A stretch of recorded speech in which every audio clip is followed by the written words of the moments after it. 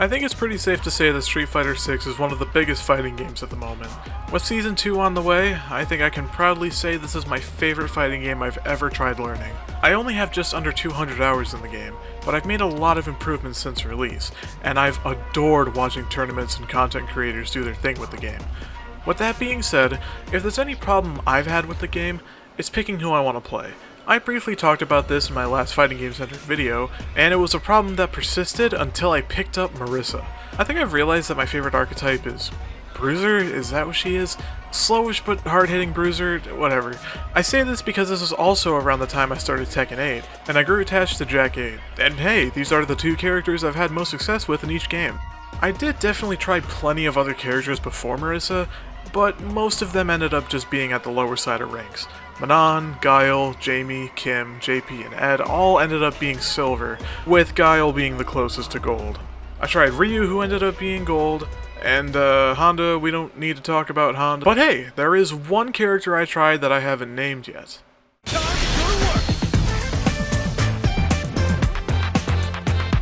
Luke was a character I never thought I'd end up playing only because of his perfect flash knuckle charges, but after some practice, the perfect knuckles are way easier than they used to be. So I practiced some essential B&Bs that utilize the move, and realized that this character is so fucking fun.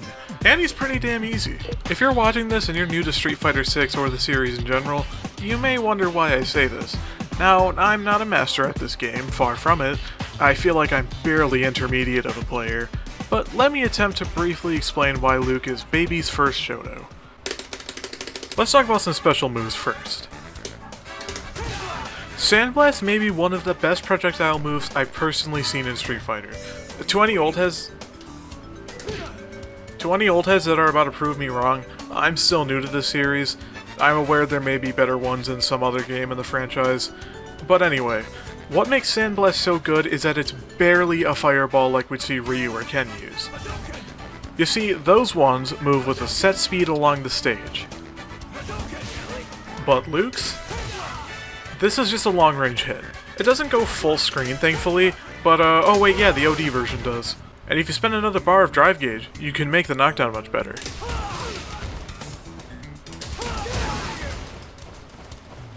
It's fast, it's annoying, it's a great combo tool, it cancels into his level 3, and it's the most fun fireball I've ever used.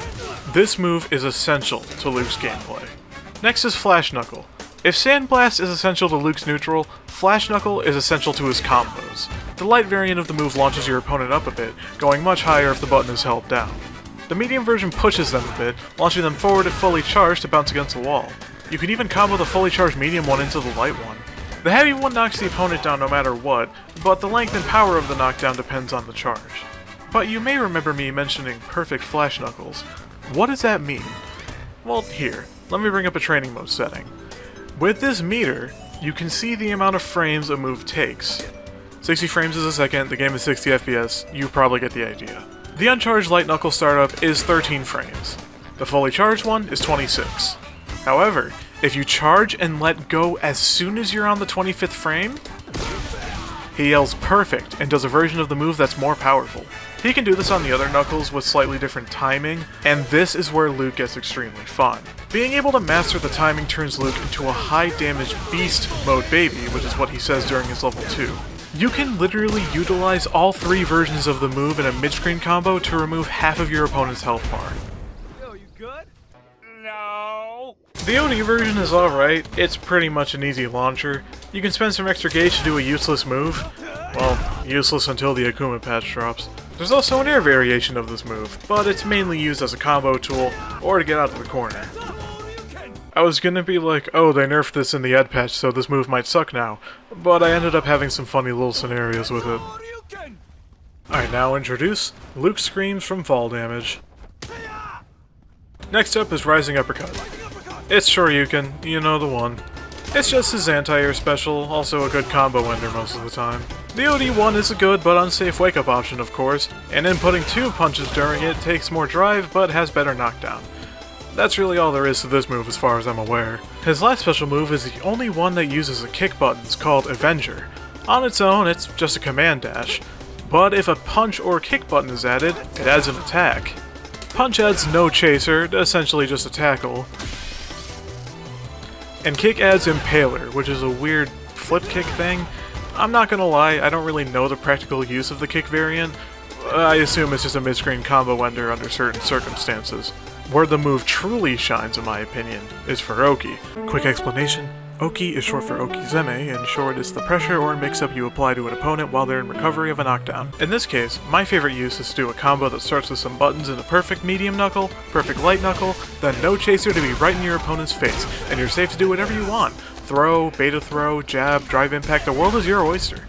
And if you're feeling like I really want to kill this guy, you can use the OD version with the punch ender and finish with a super. Speaking of those... Luke's first super is Vulcan Blast, essentially Sand Blast on some kind of drug. It has an invincible startup, like that clip you saw for the transition, and consists of multiple Sand Blasts into a finishing blow. It's a great combo ender in the corner and a great wake-up option. Eraser is his level 2, a great combo ender when applicable, but guess what? This one's also a great wake-up tool.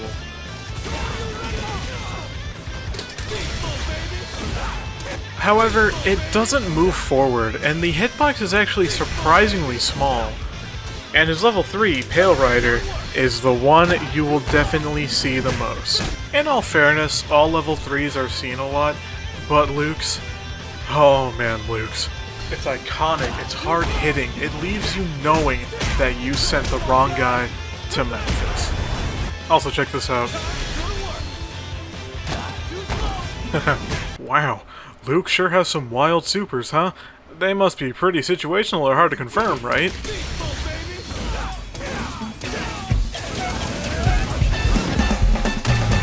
I want to explain another training mode feature. I have a setting enabled that turns the character red or blue when certain moves are done. In the simplest terms, red means you can cancel the hit into a special move. For example, Heavy Punch into Sand Blast. Not just special moves though, you can do supers, Drive Impact, and Drive Rush. Blue means you can cancel a button or special move only into a super, like Medium Punch in the level 2. But yeah, Luke's normals may be a big reason he gets so much hate. If you were already part of the Street Fighter scene before watching this, you'll likely already know how much this button was hated. And yeah, it was pretty nasty. But hey, it got nerfed! It's okay guys, it's not as bad, it could be worse. Luke has a lot of advancing normals. This just means the move makes the character advance forward a bit, meaning they're great for whiff punishes. But to be honest, this is a pretty common practice in not only this game, but fighting games as a whole nowadays. So really, this isn't a huge deal, but some of these buttons are pretty funny. In my opinion, one of the best things about Luke's normals is how many you can confirm into specials. You'll notice on all the buttons I'm pressing, I can use a special move instantly after. So, my Luke's neutral consists of button. If it hits, light knuckle. If it doesn't, Sand Blast. If it hits, sometimes Sand Blast anyway. If it doesn't, Drive Rush into another button. This is the game. So let's talk about his jumping buttons real quick. Light Punch is okay, I guess. I gotta admit, I've never used it once, but it has pretty funny range. Like, yeah, look at that. Wow, crazy. Medium Punch is a bit weird. It's some kind of upward punch. There's only air normal that starts a juggle. All the other ones just let your opponent flip out. And it's special cancelable? This, of course, is for air combos. In mid-screen, if you smack your jumping opponent with an air medium punch, only on the way up, you can instantly cancel into a flash knuckle and charge it all the way. I've never done this in a match, but I don't know, seems kind of fun. You can get a little side switch too, that's awesome. It's also used for a pretty nice air combo.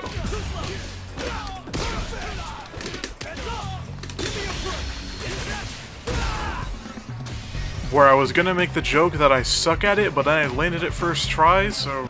Jumping Heavy Punch. I think that's all I really need to show here. Oh wait, one more thing. If it's a counter hit on an air opponent, it's an instant knockdown. Teehee. Light Kick is small and simple, and it crosses up. Medium Kick has some pretty decent range to it, and also it's a better cross-up button. Just objectively, it's just better. It is just better. Heavy Kick is just plain good. I am a fan of this button. So all of his moves seem pretty good, right? Well, with the additions of this game's mechanics, they're even better. Here's the thing, a lot of Luke's buttons kinda depend on Drive Rush. Canceling applicable moves into it is how he gets a lot of his good combos started. The mechanic itself is crucial to the game anyway, but Luke truly does depend on it for most of his confirms. And oh man, Drive Impact. As I mentioned, when Luke turns red here, it shows his button can cancel into anything, and that includes Drive Impact. A lot of his normals can do this. This is good for some corner mix, of course, but it's even better for DI countering.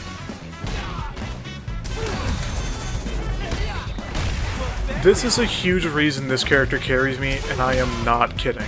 And by combining most of these moves over the course of 108 ranked matches with him, I went from like gold 2 or 3 to platinum, which probably isn't very impressive to most out there, but to me this is a pretty damn good accomplishment. After all, I was already dedicating all of my practice to getting Marissa ranked up, so being able to get Luke up to around the same rank in a relatively short feeling amount of time, I'll take it. And oh boy, what a journey it was. This is now a clever segue into showing some moments from my replays while on the climb. If you didn't ask for it, I'm very sorry. I simply just want to share some experiences. I fought a Ryu player, and with all due respect, they were doing all kinds of silly things, like 2 reversal supers in a row, followed by a Shoryuken, and even did a random taunt in the middle of a combo, which I assumed was a misinput, but how the hell do you misinput a special move into every single attack button unless you're literally face-rolling your controller? Oh, he was doing exactly that, I guess. Anyway, I hit him with some teabags due to the assumed disrespect that was in my head, and won the match. So that felt pretty good. This was going to be an easy set. I lost 2-1. Here's a match where I finally reached plat. I acted a bit wild, but it wasn't too out of character for me, I guess. It felt great. My goal was met. I finally proved myself somewhat okay at the game. I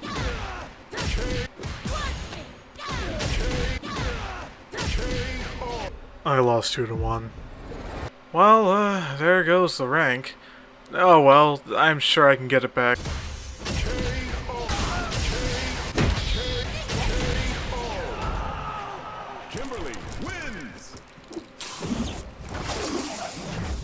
That stings.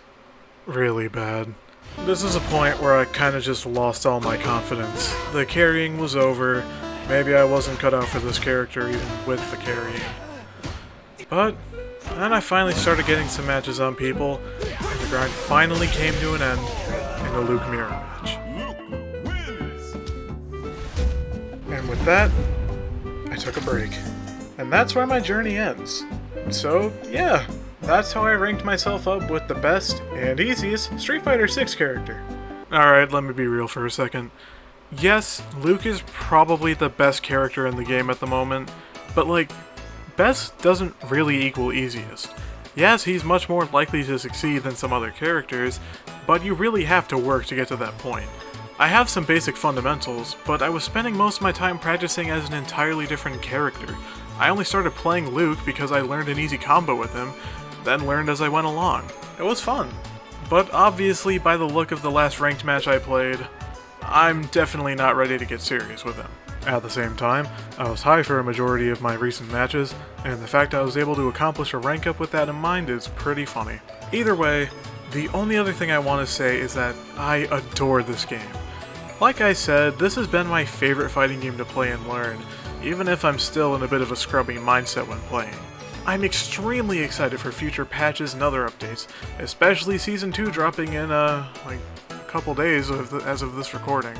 So, enjoy who you play, have fun fighting others, and keep on improving. Because seriously, is there really a character we can call the easiest? Yes.